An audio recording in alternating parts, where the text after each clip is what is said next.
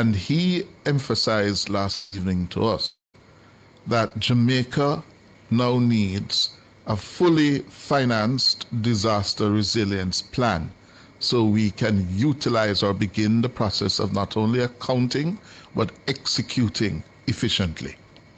I think we need a physical disaster resilience plan that is fully financed and executable, which includes issues such as the coastal areas, mangroves,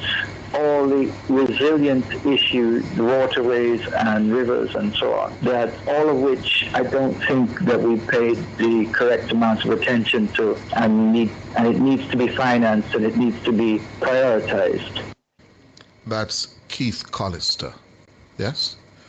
of the Chamber of Commerce's Economic Affairs and Taxation Committee. Well, the Prime Minister of Jamaica, according to the IMF, submitted Jamaica's case to the multilaterals, and that is what they have essentially responded to in approving this, what they're calling comprehensive range of financing for Jamaica.